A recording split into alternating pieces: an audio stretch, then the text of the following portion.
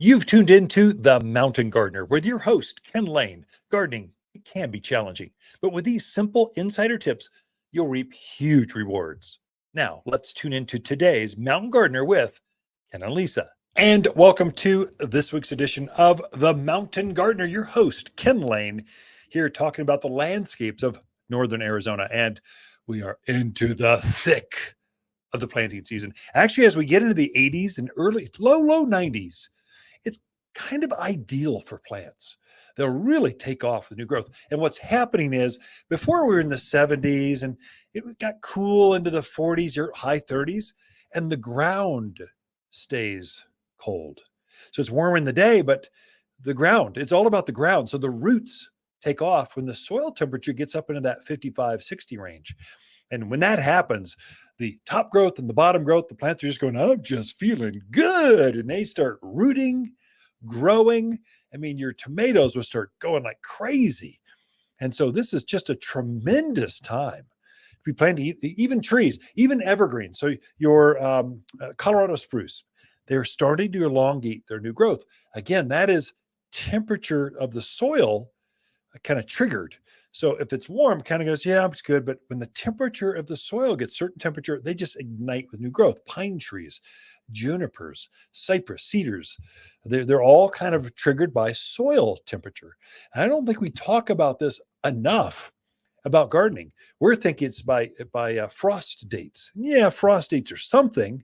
Frost is more about when does the environment kill your plants, mainly tomatoes, your tropical things. But really, soil temperature has more to do about when do plants activate and grow than a frost date does.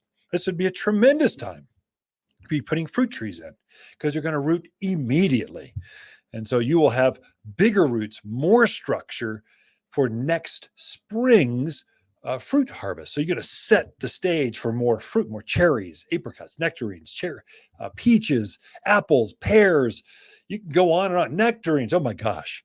You can grow the most delicious, my mouth's watering just thinking about fresh nectarines off the tree. They're just amazing. And so those last few days on the tree make all the difference on how fruit tastes. It's much like vegetables. I mean, tomato, yeah, it's good. You know, they pick those things green. They ripen up the boxes. They're coming across the desert to land in your grocery store. They just taste so much better when they ripen right on your vines in your gardens. It's a game changer. Well, fruits, grapes, berries. I mean, the grandkids and I, we ate blackberries last year. They're coming off the brambles. And by the time we got done, we could not eat anymore. And our faces and our hands were just black. I'm sure we drove their mother crazy. But hey, it's about connecting with your grandkids and eating out of the gardens. It makes a difference. And so you can do this too. Tremendous time. I'd say ideal time to be planting your summer blooming things. So this is crepe myrtles. I would say grapes. Grapes are late to wake up. They have no interest in spring. They want to grow when the soil is warm. This also goes for your perennial flowers. Most perennials, these are plants that come back year after year. So perennial and permanent both start with P. So they're coming back every year. Plant it once and done. And so it just grows over and over again. Most perennials are summer. They like the warmth. They don't care for the spring. There's some spring things. So candy tuft has been in bloom in my gardens for 2 months. Snapdragons, it's kind of an annual, as it grows for a year, but it thinks it's a perennial. So snapdragons repopulate. It's almost like a wildflower. It just reseeds itself everywhere. Snapdragons love this. They grow early. But summer things like echinacea, gaillardia, coneflower, Mexican hat, Shasta daisies. These are all, they want it to be warm. They want the soil, their feet to be warm before they'll start actively growing and setting flowers. And so really, I defined June as perennial month. It's the month that most of your perennials look their best. This is also the time when your summer blooming shrubs look their best. So this is smoke bush. That's a beautiful Purple, it's not just purple, comes in chartreuse and green, but the purple one's the most famous, and the flower hovers above the top of the foliage, and it looks like it's smoking. It's a beautiful plant. It's a butterfly attractor of all things. So butterflies love the taste of that flower.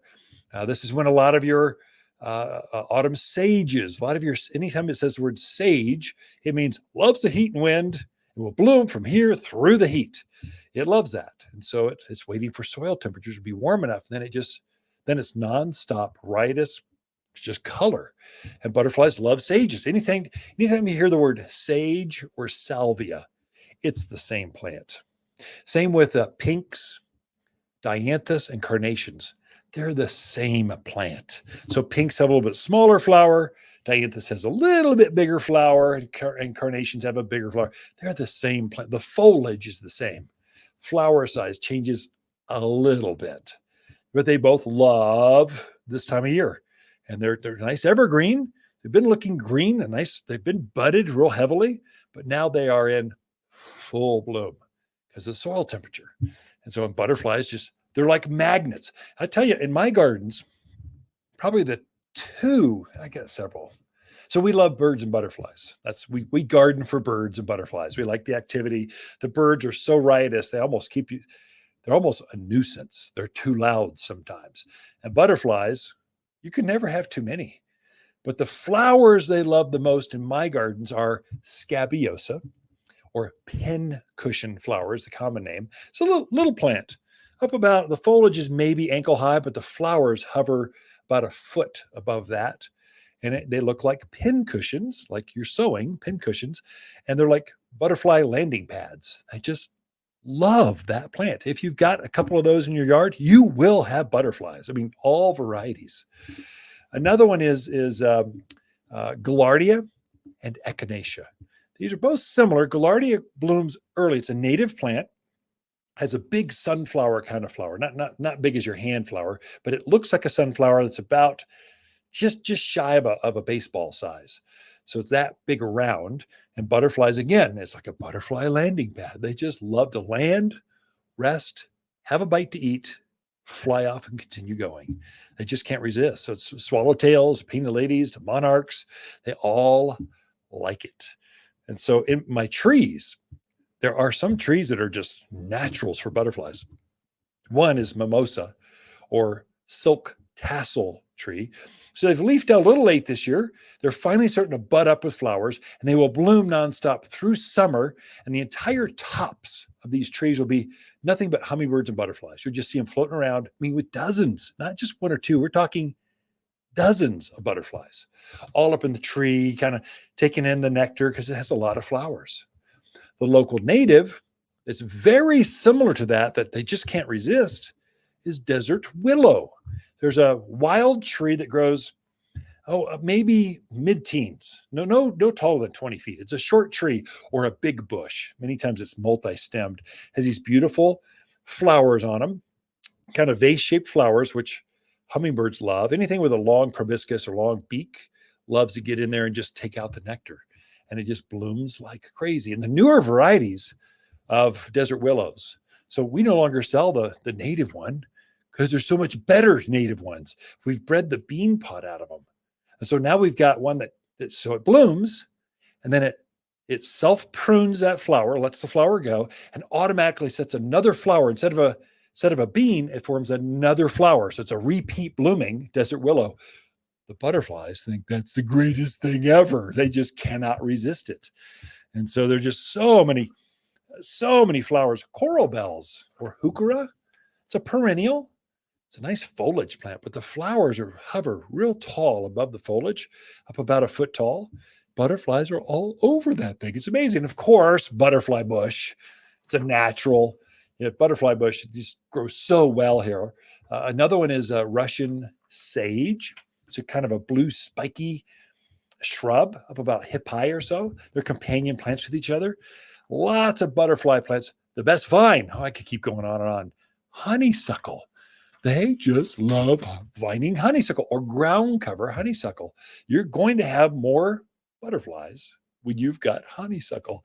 Anyway, we've got a list of the top 10 butterflies, or the butterfly list here at the Garden Center. Ask for one, they're free, or go online to watersgardencenter.com. Just type in butterfly list. It'll just pop right up. Waters Garden companion plants for June are sunburst locust, moonshine yarrow, silverberry, and Hall's honeysuckle. Ideal at growing up fences, walls, or as a ground cover. Wind, drought, deer, javelina are no problem. Hall's honeysuckle is an outstanding mountain vine with fragrant yellow flowers that loves blooming in the summer heat. An excellent solution for a fast-growing screen, even in the poorest of soil. You'll only find the hardiest vines at Waters Garden Center, 1815 Iron Springs Road in Prescott. For a more fruitful garden, increase success in the landscape that just feels better, then tune in daily to the Mountain Gardener podcast. Subscribe through your favorite podcast streamer or visit watersgardencenter.com. Better yet, visit me directly right here at Waters Garden Center. Thanks for tuning in.